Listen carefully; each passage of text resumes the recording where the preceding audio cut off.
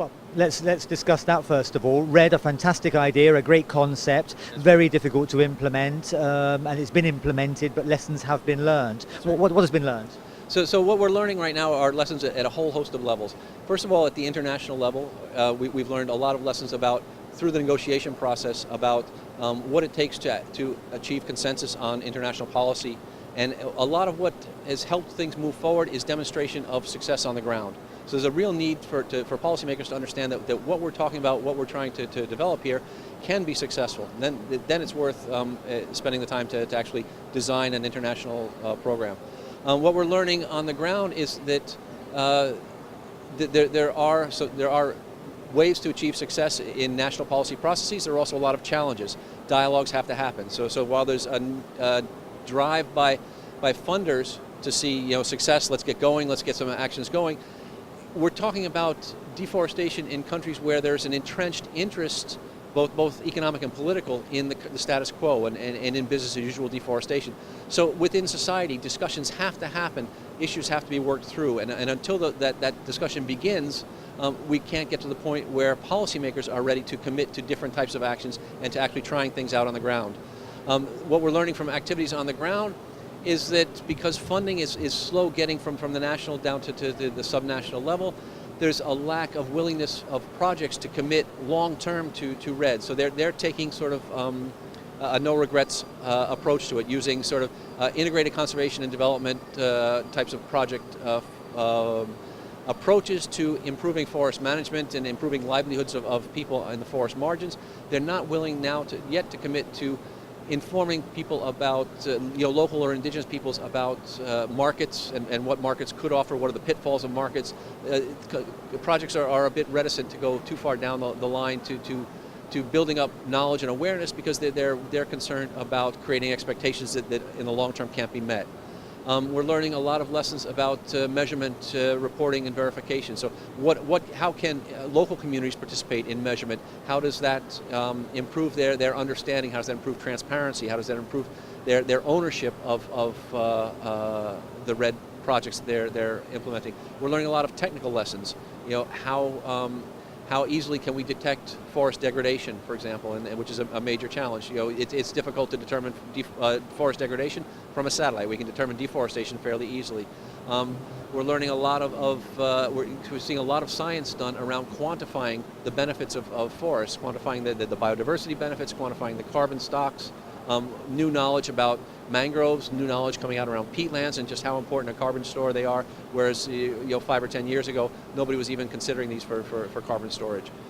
So as I said, we're seeing lessons learned at a whole host of levels, from social, political, economic, as well as biophysical and ecological lessons are coming out of RED right now.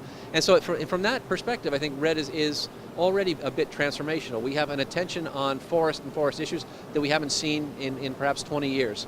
We had the Tropical Forestry Action Plan, we had the UN framework on forests, which I think because forests were treated in isolation, and it was forest for the sake of forest, they didn't go nearly as far as many people had hoped at the time. Now that we have forests linked to climate change, linked to other international agendas, we're seeing much more attention to forests. So between 2005 and right now, the discourse and the discussions in the international community around forests have just taken off, and I think that's a real important aspect of what we've been able to accomplish. So you've learned lots of lessons.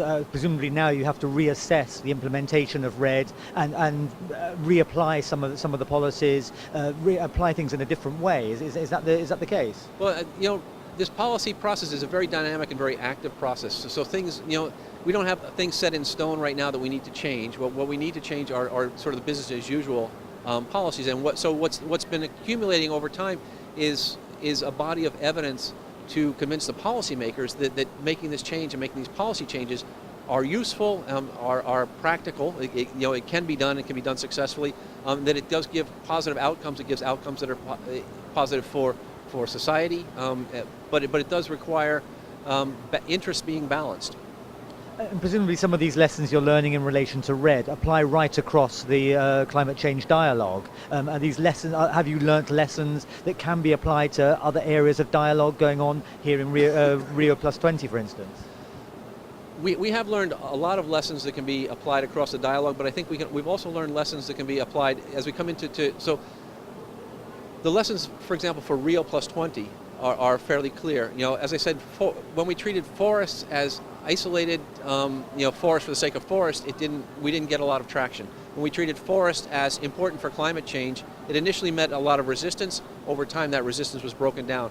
If we now look at forests within the agenda of the green economy, of sustainable water, of food security, energy security, as institutions working on forestry research, as other institutions that we're partnering with that are working on implementation gain their experience in linking the forestry issues with these other issues that are coming up on the agenda, and policymakers begin to see the practical implications of including forests in that agenda, I think we'll see the importance of forest taking a larger place in these negotiations. So we're learning lessons about how forests need to be integrated into international policy processes and what works and what hasn't worked. And I think we've learned a lot of those lessons over what we've seen in the past 15 or 20 years. And then as forests are brought into that, this an intrinsic debate over climate change, that presumably is more bodies, more organisations involved in the debate and the negotiation. As you said before, negotiation has to happen, everyone accepts that. But the more people you have negotiating, does that then slow the process down somewhat? It certainly slows the process down a bit, but it also builds up a better guarantee of success. Because if you don't have all stakeholders on side and on board, if groups feel like they're isolated or left out, they're going to sabotage it. They're going to work against it. So you have to build a broad coalition of understanding. Different groups have to understand where their interests are and come to a common agreement about what the long-term goals are, and then they each has their own reason to justify why they would actually want to get on board with this. So it slows it down, but it also increases the probability of sustainability.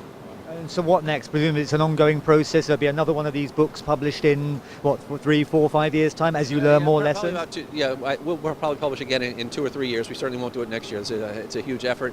But also we need the research results to come online. So we're now moving into our second phase of research, where we're digging deeper on some issues, and we're also picking up some new issues and maybe letting go of some issues that that we feel we've come to closure on, or that the international policy debate has moved away from. So I think the demonstration activities is going to be key, making sure we learn lessons from early activities. But for the time being, we focused on projects. Now we need to maybe look more at jurisdictional or subnational processes, or what's happening at state levels and province levels. These are some of the new areas we want to research. With respect to MRV, it's not just about measuring and monitoring the carbon, although there continue to be technical hurdles with measuring and monitoring carbon stocks and carbon stock changes.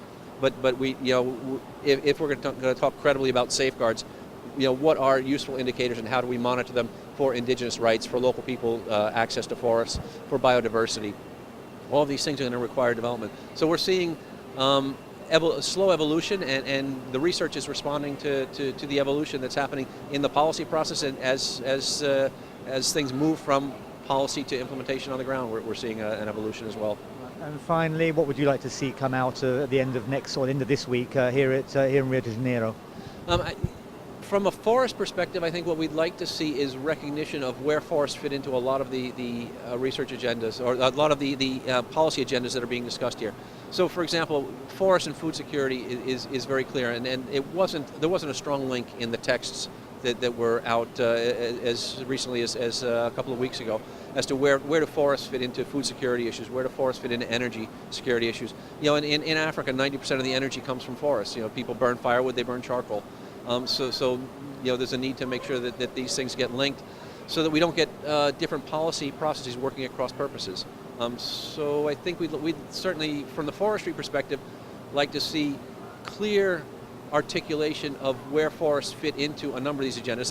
And they don't fit into necessarily every single agenda, but there are relationships between forest and water supply, for example, because the headwaters of most river systems are in forested areas, and so forests are important to base flow, the flow of water throughout the year. They're also important to water quality, and so I think we hope to see coming out of Rio a greater awareness of what forests can contribute to, and what are some of the trade-offs between some of these topics that are on the agenda and what we're trying to accomplish through in forests.